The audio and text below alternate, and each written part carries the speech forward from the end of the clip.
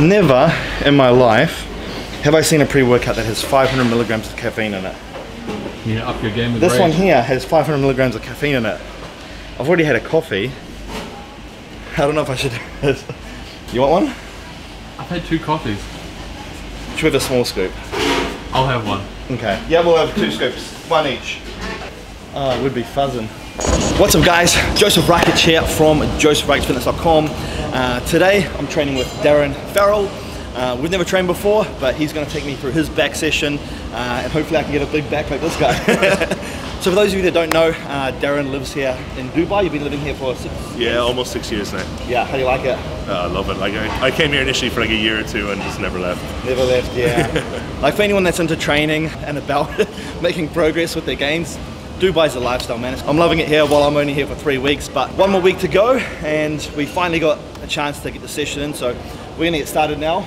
First exercise, I believe, is this. Yeah, so we're gonna start off with big move. We're just gonna T-bar row. We're gonna do this mainly, not just about the row portion. We're doing this. I do this movement as to row, to load the erectors and the lower back and the hamstrings, glute kind of area, almost like similar you would your big barbell row, your sort of stiff leg deadlifts, that sort of movement. Yep. So we're not so much doing it for the row portion of the movement, but rather than the load. So we will go quite heavy here. Yep.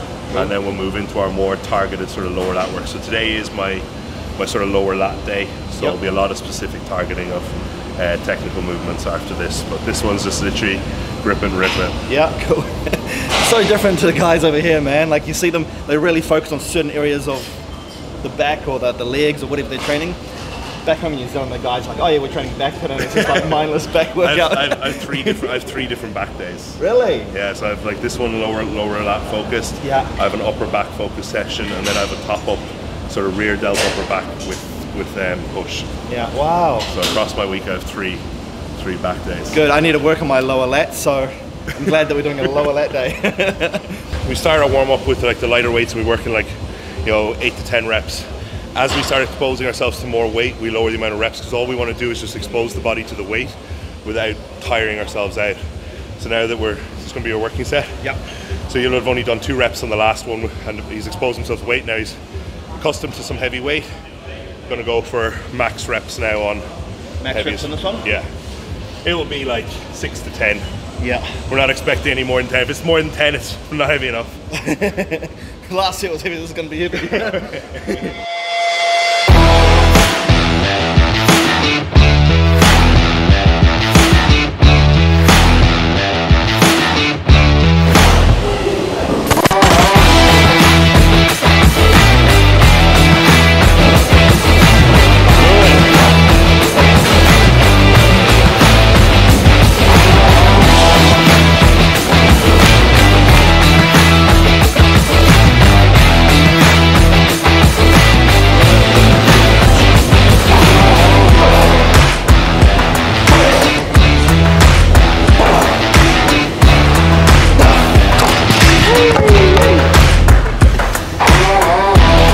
That right there is what you call a set.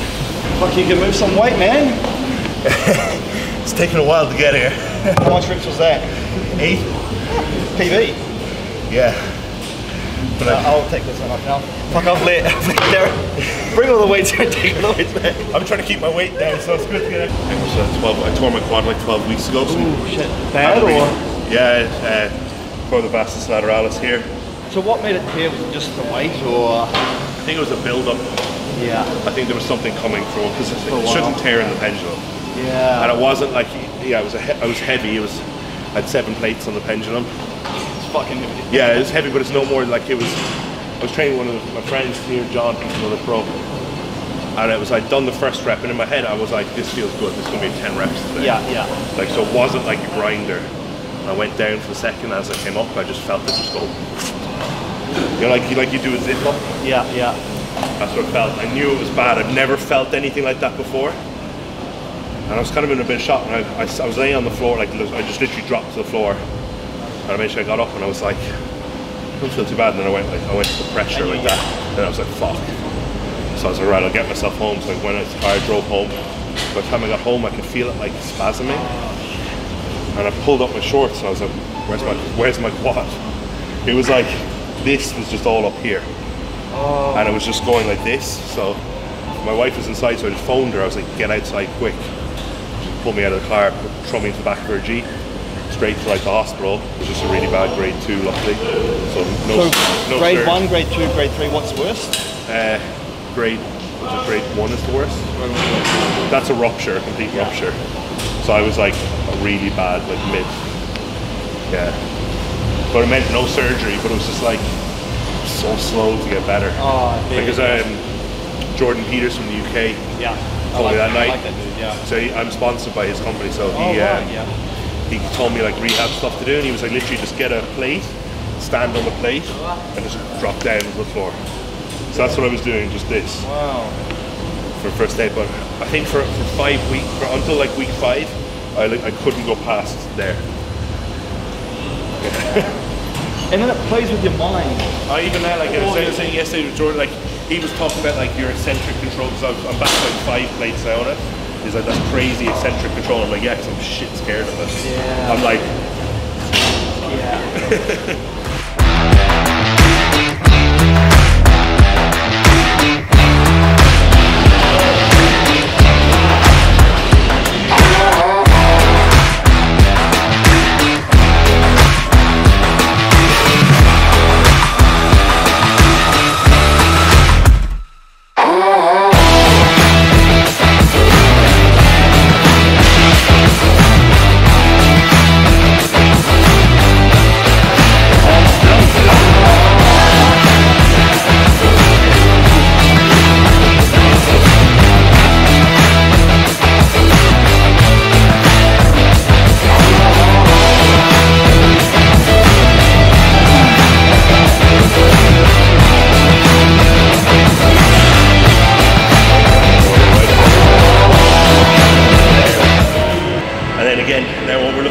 drive that elbow straight to him. So we're not looking to pull here through the scapula. We're looking like it's almost like drive straight down, squeeze down. Right. So it's quite a short range. You're not coming back behind the back, just right down into the hip. Stretch. Squeeze.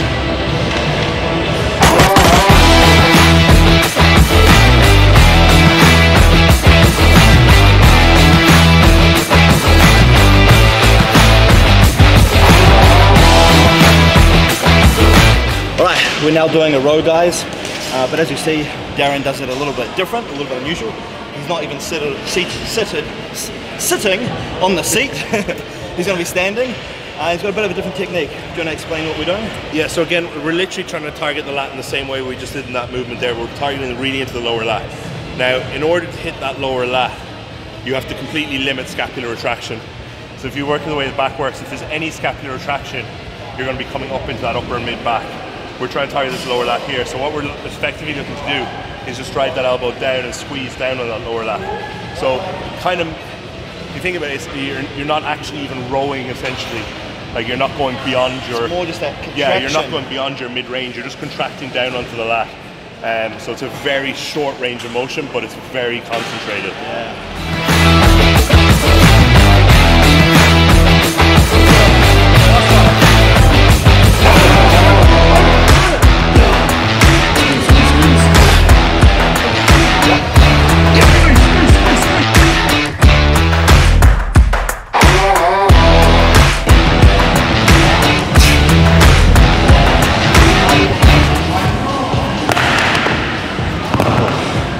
With the lightweight.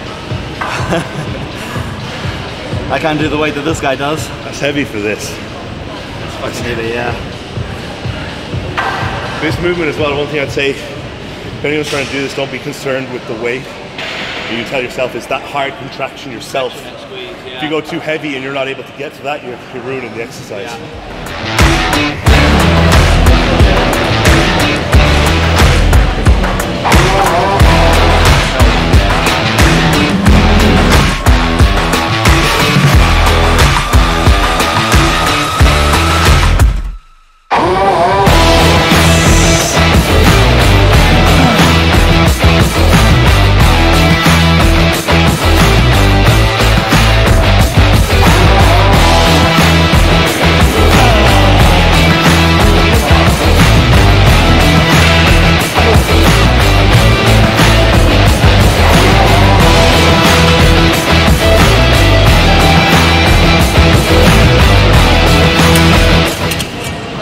that's the thing, guys, you know, whenever you're training for whatever muscle group, it's really important to feel the exercise out first, understand where you're feeling it, and you can change so many different things up. It can be your grip, it could be the angle of your elbows, anything. So I did my first feel set, and I had my hands down here. I just wasn't feeling it right. Shift my hands a little bit higher, and then I could just really feel my back contracting. It's like your setup in any, especially with back in particular, your setup in a machine determines where you're working. Like, and I often explain the importance of knowing what you're trying to achieve with back. And I use this machine always for people as an example. Because I'll tell people, you can train your entire back with this one machine. Yeah. Every portion, your upper back, mid back, lower lats, depending on where you're using. So you can roll here, upper back, you can do a mid back row, or like we just did, lower lat row. So that one machine, depending on how you set it up, you can train your entire back. So you've got to take that thought into everything you go and do when it comes to back training. Your setup in back makes a big difference. So what you talked about there, your grip being lower meant you're rowing this way. By your grip going higher, your leverage totally changed to down rather than up. So it changes where you're actually training.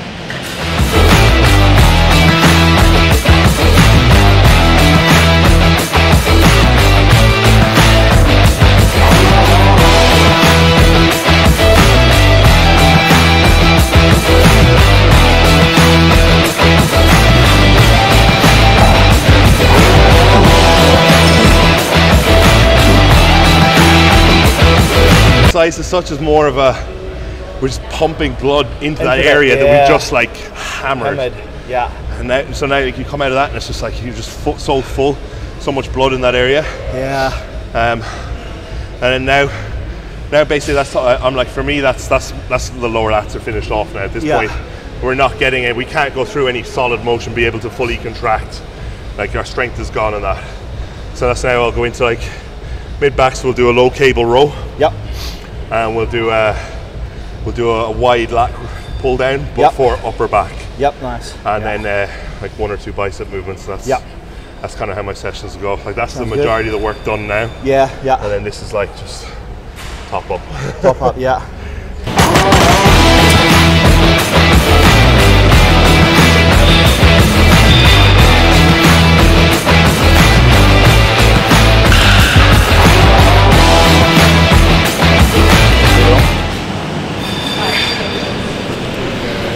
So I got a question for you. How's the caffeine after 500 megs? I'm fine now. The shaking's gone. Well, I had 2 coffees. Snapchat, he was like this before. I had 2 coffees and then the 500 meg pre-workout, so I was... I don't have caffeine at all. Your first couple of snaps are going to be shit. So if the video's like this, we can blame you. Yeah. That's why I've been stabilizing it on the camera. I've been pushing.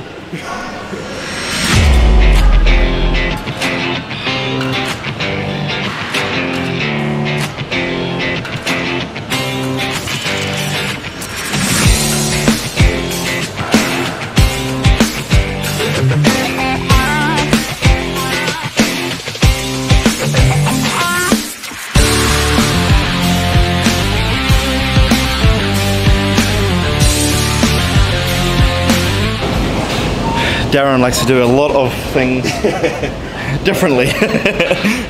He's one of those kids at school, like the teacher would tell him to do something and he'll probably do it the opposite way. Fuck, it's a good back though, isn't it?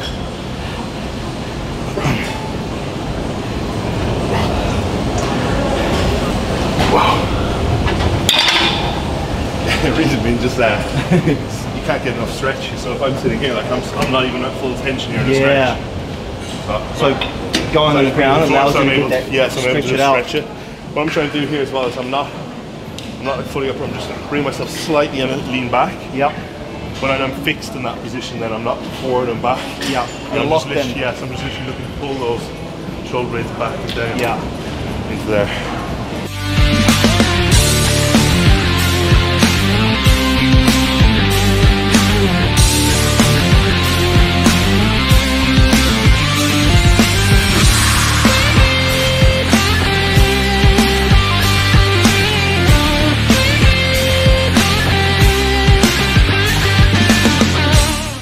It's not a lat exercise at all. It's an upper back exercise, and as you can see, from where it's working there. I think you can see like it all contracting around into here, so it's coming down and pulling into here, so you're working all of this area here. It's actually one of the best exercises for working this area. Yeah. And it's called a lat pull down. It's probably the one part of the back that literally does not work. Now that you've said that, I think about it, it's like, yeah, you're right. Like sometimes specifically to target my lats on lat pull down, here, and you drive your elbow straight down. Insertion, yeah. But as soon as out here, the elbows go behind the back, so it deactivates the lats, completely. So true, I never really logically clicked that a lat pull down is probably not the best exercise for a lat. You look at their back working and you can see exactly that it's where it's working. It's just...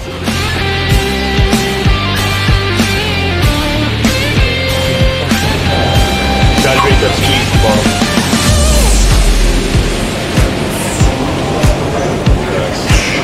You're shaking all year round, aren't you? Yeah. How do you manage like your food and stuff? Are you pretty... I'm pretty boring when it comes to my food, but that's just what I like. Yeah, well, I'm saying people always ask me like how I don't eat sauce. I'm plain. Like I'm a salt person. Yeah. Just salt. I'm the exact same. If you get, as long as I have rice, I'm happy. Does this sound exactly like me? You two are made for each other. Literally, my meals are: I have rice and steak. I have 3 rice and prawn meals and 1 rice and turkey meal. Yeah. That's it. I'm the same. I'm chicken and rice. I'm steak and rice. I'm salmon and rice. Yeah. Everything's plain and boring, but that's just how I like it. Yeah, I'm saying, like, even now, like, if Jay makes me go have extra food or an off-pan meal, I get the same 44-piece sushi platter. Yeah. From the same place. Does that sound like me as well? Yes. My favourite food is sushi, so I go hard on sushi. That's it. Fuck, that's funny. Identical. We let our elbows come behind our body, and we're going to keep them there and just literally curl. So with no shoulder movement forward, squeeze.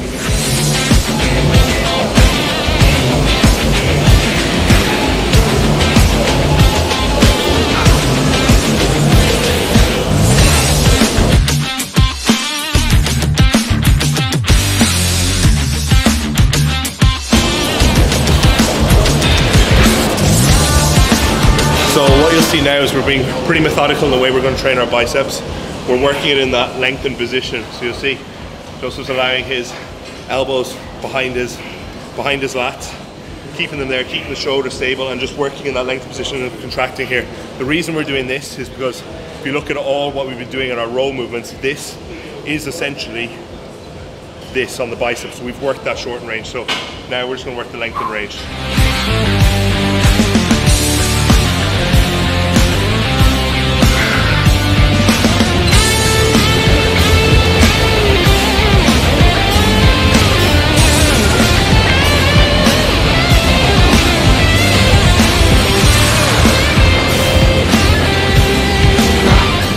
Pretty much we're working the exact same, just we're just using that hammer grip position.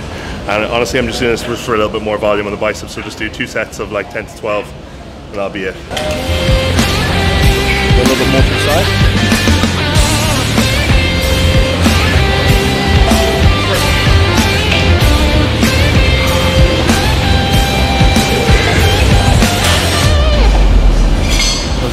So it's forward. You get a good pump off that one. That's done. Nice, bro. Good session, right? Solid really workout. good. Really, really good. Awesome. My back feels pumped. My biceps feel pumped. Back feels like a turtle, like, you know.